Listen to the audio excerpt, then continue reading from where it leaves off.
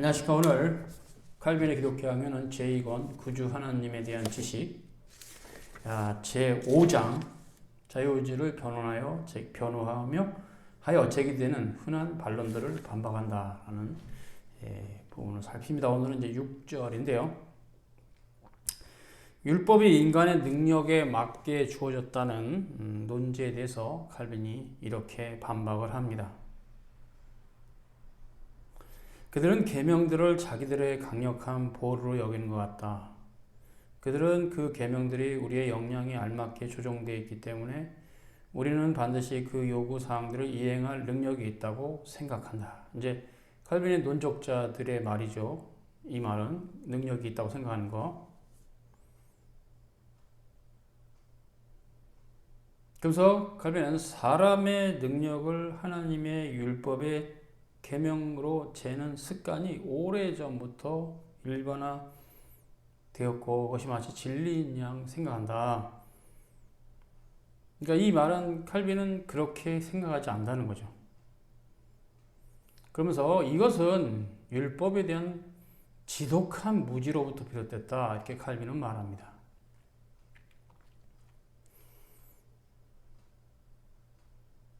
그래서 율법을 지키는 것이 불가능하다고 얘기하는 것을 끔찍한 범죄인 것처럼 여기는 자들은 그렇지 않다면 율법이 아무런 목적도 없이 주어진 것이 될 것이라는 논리를 그들의 가장 강력한 근거로 제시한다.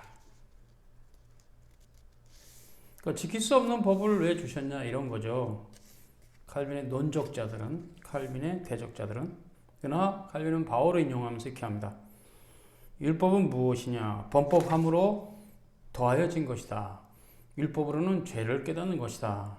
율법이 없으면 죄가 준 것이다. 율법이 들어온 것은 범죄를 더하게 하려 함이라. 갈라디아 3장 19절, 로마서 3장 20절, 로마서 7장 8절, 로마서 5장 20절을 연이어서 이제 가지고 왔어요. 칼빈이. 율법이 과연 우리의 능력에 맞도록 제한되었다면 이런 말들은 무슨 말이 되겠느냐. 오히려 율법은 우리 자신의 연약함을 분명하게 드러내기 위해서 우리의 능력보다 훨씬 높은 상태로 주어진 것이다. 이게 이제 칼빈의 결론이죠. 그러면서 이제 7절에서 그러나 하나님께서 율법을 지키도록 은혜로 도우신다. 라는 제목으로 이제 시작합니다. 만약 성경이 율법이 우리가 노력을 기울여 지켜야 할 삶의 규범이라는 것이 아무것도 가르치지 않는다면 나는 조금 더 주저하지 않고 그들의 견해를 승복한다. 그러나 성경이 율법의 여러 가지 다양한 용도로 우리에게 신실하고도 분명하게 설명해주고 있기 때문에 우리로서는 율법이 사람에게서 무엇을 행할 수 있는지를 그 해석의 근거에 살피는 것이 합당한 것이다. 칼빈은 여기서 율법은 우리가 행해야 될 바를 규정한다고 말하고 있어요. 그리고 그거에 복종할 수 있는 능력은 하나님께로부터 오는 것이다. 그러니까 인간의 생리적인 능력은 율법을 지킬 수 없어요. 인간의 생리적 인간 본연의 어떤 자신의 능력으로는 율법을 지킬 수 없습니다.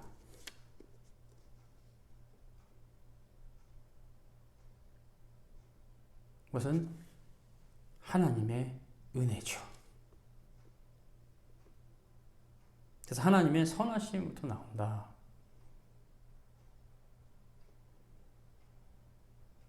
그래서 율법은 우리들어 이 능력을 받도록 기도하라라고 촉구한다. 만일 명령만 있고 약속이 전혀 없다면 우리의 능력이 과연 그 명령에 부응할 만한 힘이 있는지를 시험해 봐야 할 것이다. 그렇죠? 네. 명령과 더불어 하나님의 은혜의 도우심이 우리를 뒷받침하며 또한 우리의 덕성 전체가 거기에 걸려있음을 선언해주는 약속들이 함께 주어지고 있으므로 우리 자신으로서는 절대로 율법을 준수할 수 없다는 사실을 그것들이 충분히 입증해줘도 남는다. 그리고 칼빈은 이 절에서는 우리 힘으로는 율법을 지킬 수 없다. 이제 그건 단언하고 있고, 그러나 하나님께서 율법을 지키도록 도우신다라고 말할 때 이제 율법의 높은 수준을 깨달아 알고 우리 힘으로 지킬 수 없다는 것을 인정한 그 자리가 기도의 자리라는 거죠. 예. 기도에 대해서 많이들 오해하는 것은 기도하는 자신의 능력을 내가 기도의 어떤 흔히들 기도빨이 세다 이런 식의 쓸데없는 소리들을 하는 사람들이 바로 이런 말에 걸려 넘어진 사람이죠. 칼빈은 기도는 그 자리에 있다. 율법을 지킬 수 없기 때문에 주님께 율법을 지킬 수 있는 능력을 달라고 기도하는 거다는. 근데 기도하는 자신의 기도빨, 영역 이런 게 많다. 이런 식의 사고구조는 이미 기독교가 아닌 것입니다. 기도빨이나 영빨은 다 거짓말이에요. 비성경적이에요. 개혁교리 어긋나는 주장들이죠.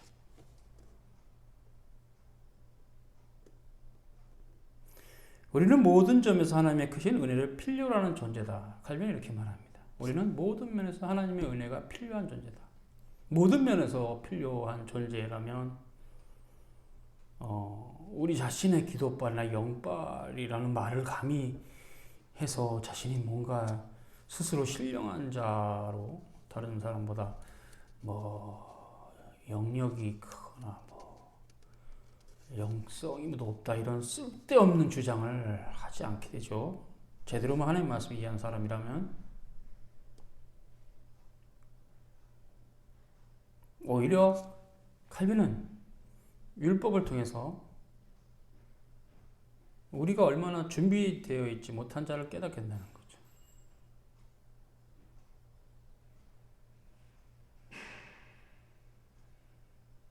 그래서 율법을 통해서 신자들은 자신들의 연약함을 경고받고 하나님의 은혜를 피난처로 삼다는 거죠.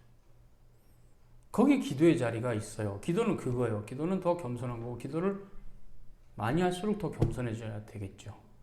기도를 많이 하는 것이 자랑이 돼서 자신은 영역이 많다고 이렇게 생각하는 사람은 뭔가 칼빈의 가르침하고는 다른 사람이 분명하네요.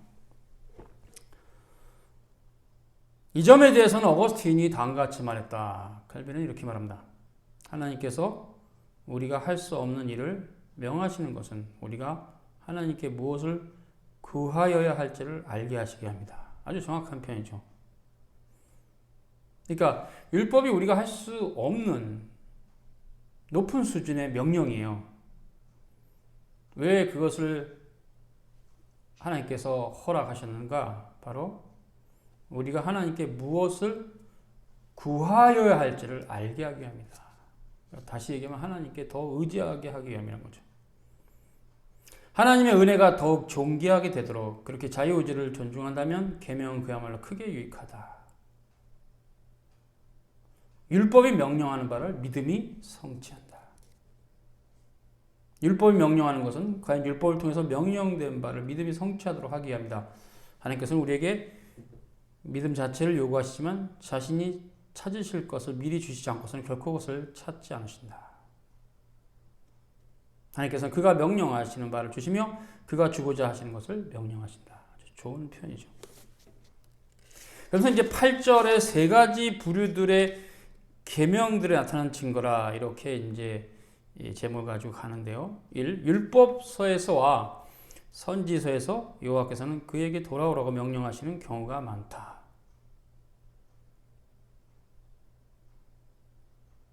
그래서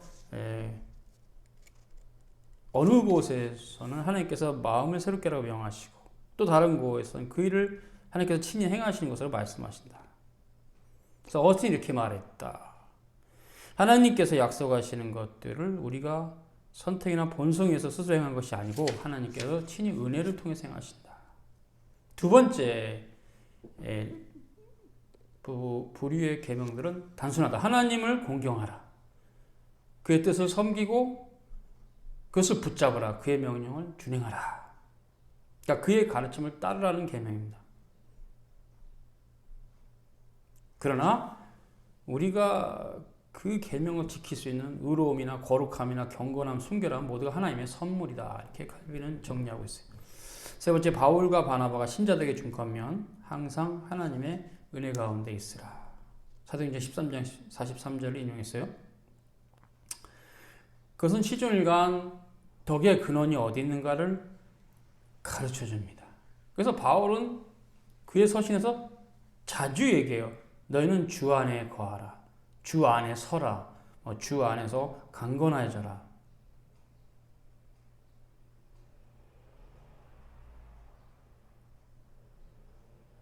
그렇게 말하고 있어요. 결국 여기서 이제 칼빈이 주장하는 바는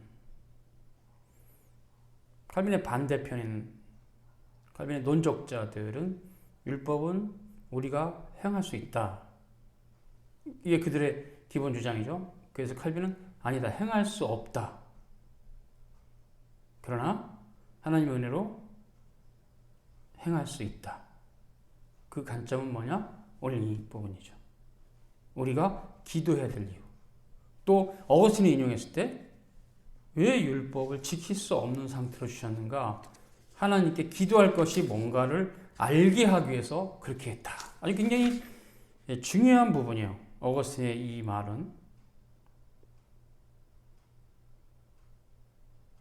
하나님께서 우리가 할 수 없는 일을 명하신 것은 우리가 하나님께 무엇을 간구해야 할 것을 알게 하게 합니다. 그죠? 율법은 이제 우리가 지킬 수 없어요. 지킬 수 없다는 거 인식하죠.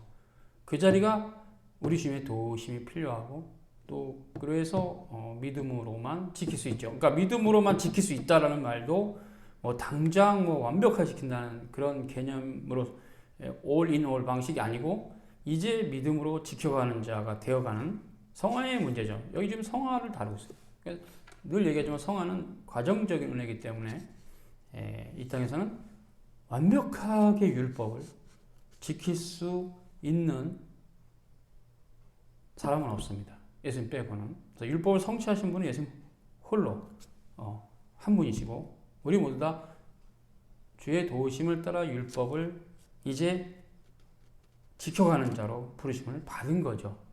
과정적이라는 건데 여기까지 오늘은 살펴봅니다. 수고하셨습니다.